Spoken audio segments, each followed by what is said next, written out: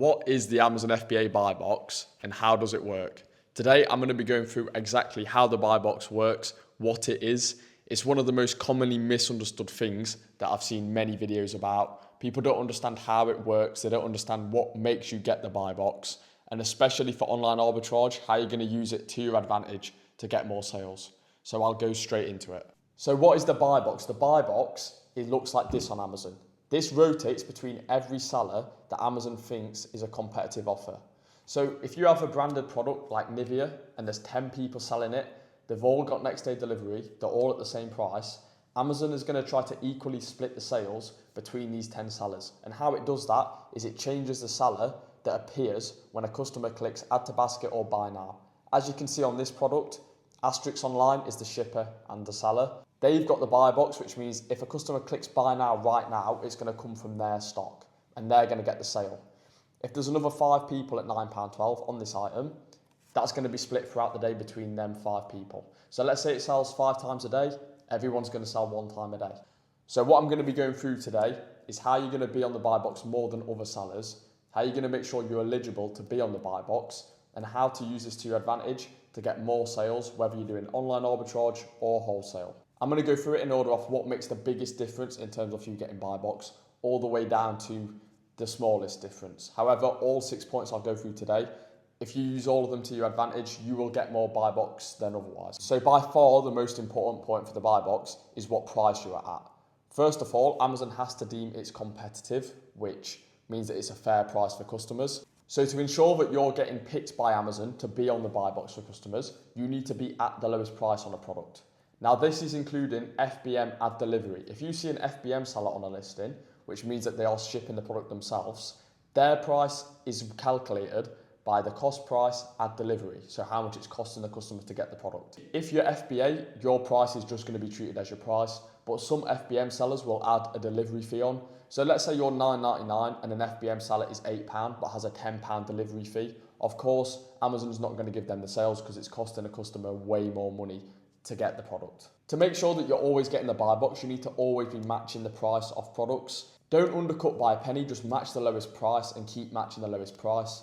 If you've got a repricer, you can get this to do it for you. However, I don't use repricers because I don't want to have something else automating my pricing, just for safety. I don't want any software that could take my prices down lower than what I'm comfortable with. So I do not use a repricer. However, if you're using one, never do undercuts, just match the lowest price so that you're always getting your share of the buy box without ruining the listing and taking the price down. The second biggest factor in terms of the buy box is delivery time. So if you're FBA, which means fulfilled by Amazon, you're sending your products into Amazon to ship for you, you're always going to have next day delivery, which means you're going to have a massive advantage on FBM sellers. Speed wins if price is equal. If you're FBA and there's an FBM at the same price, you're going to get 100% of the buy box. FBM are not going to get any.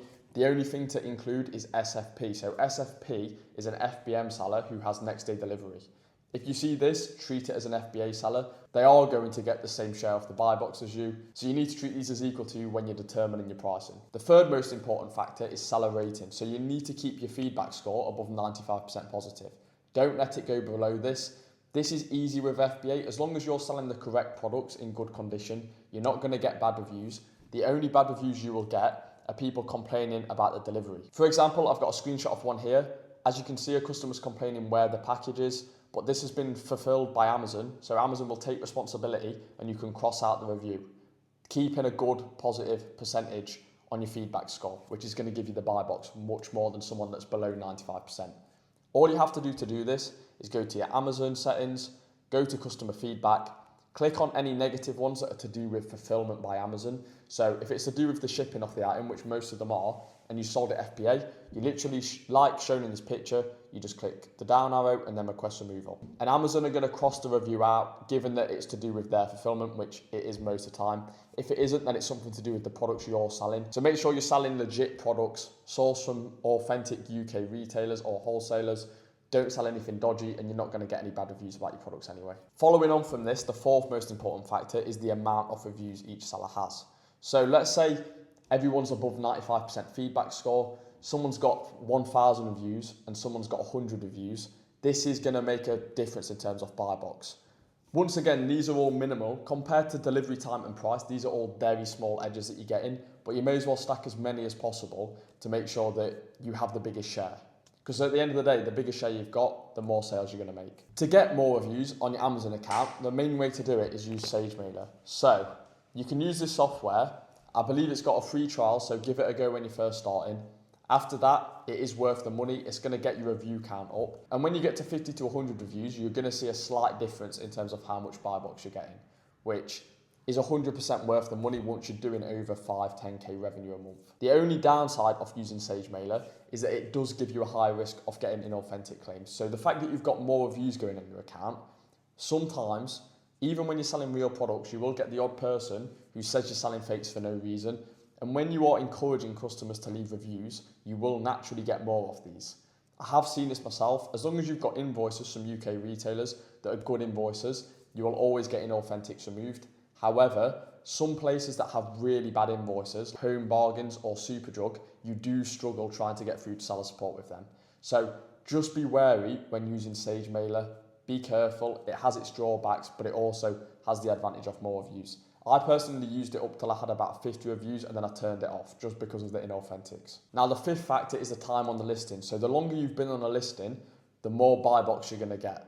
Once again, this is starting to get very minimal edges now, but it's just one to note because it does make a difference. This doesn't really apply to online arbitrage, which is what I do as much, because I'm churn and burning products. I buy a product once, send it all in at once, sell it, and then that's the lead done with. I have to go on and find a new product. However, I'm getting better returns than wholesale sellers. So if you're doing online arbitrage, the only thing you need to be careful of this is if you do have any replens, make sure you don't let the listing go out of stock. Always send extra stock in before you run out, because you lose the momentum and it resets your edge with the buy box as soon as you go fully out of stock on a listing, especially on any listings that are eligible for subscribe and save. Because if customers can subscribe and save to your product, them customers are going to come to you and go to you as a seller rather than people who aren't eligible for that.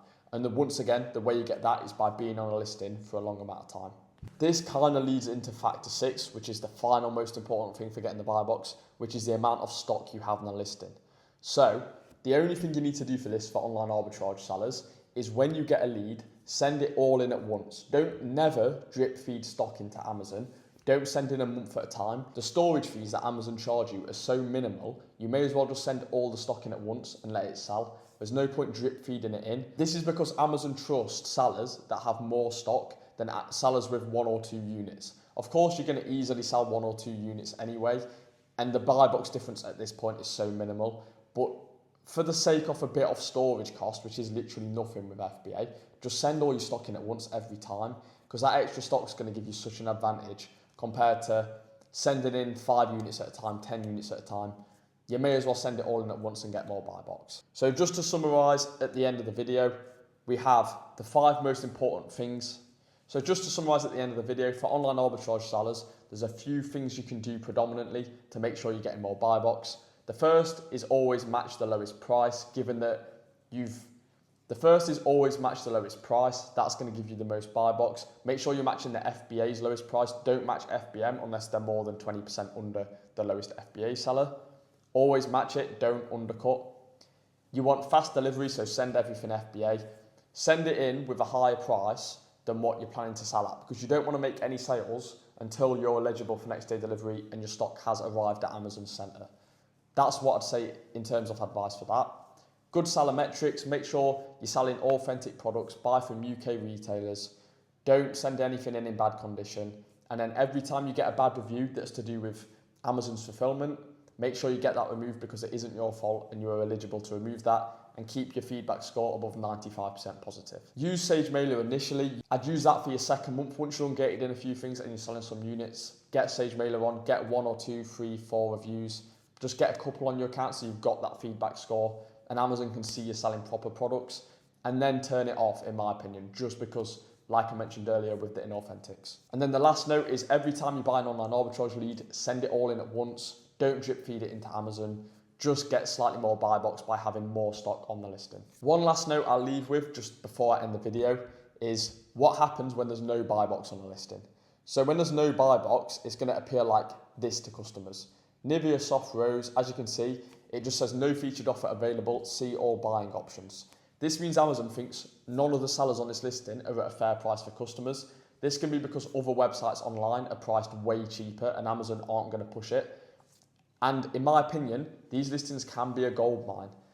When there's a listing like this, obviously the sales are going to lower compared to what they normally are because Amazon won't push the listing on their platform. However, if this is a sort of item that customers are searching for on Amazon and they're going to find it manually, you can sell products at a very inflated price without a buy box and get the sale. Once again, this wouldn't be with an algorithm. The customers will decide by clicking see all buying options and choosing themselves. So they'll see all of the seller names, they'll see how many reviews you've got, and they'll see the delivery time and the cost. Of course, most customers will choose the cheapest one once you've factored in delivery. And the same as how Amazon works it out, if there's an FBM that's got slow delivery, you may be 10% more, but you've got next day delivery. A customer's more likely to pick that over the FBM seller. Obviously, if you're going to buy a listing like this to resell it on Amazon, make sure it is still selling without a buy box. So if you don't know how to do that, watch my 2-hour course that's free on YouTube. That has an analysis section in. If you can see it's still selling without a buy box, they are very, very big money opportunities because it's clearly selling for an inflated price. You can take advantage of that opportunity and you can find it somewhere else and supply it on Amazon. You'll normally see this when Amazon are out of stock on the listing that they're normally on, or the product's been discontinued and sellers are struggling to get stock and sell it for a reasonable price. So I would always look into listings like this. But I hope that's explained how the buy box works, what it is, how to get more of the buy box for online arbitrage and make more sales. In terms of where you can find more content for free on YouTube to learn how to start Amazon or scale, check out my 2-hour course, I'll pop it up. If anyone is interested in scaling the business quickly, you want to pay for the education, then I do one-to-one mentoring too. That is in the description on the YouTube video. But other than that, let me know anything you want to know in the comments on YouTube, and thank you for watching.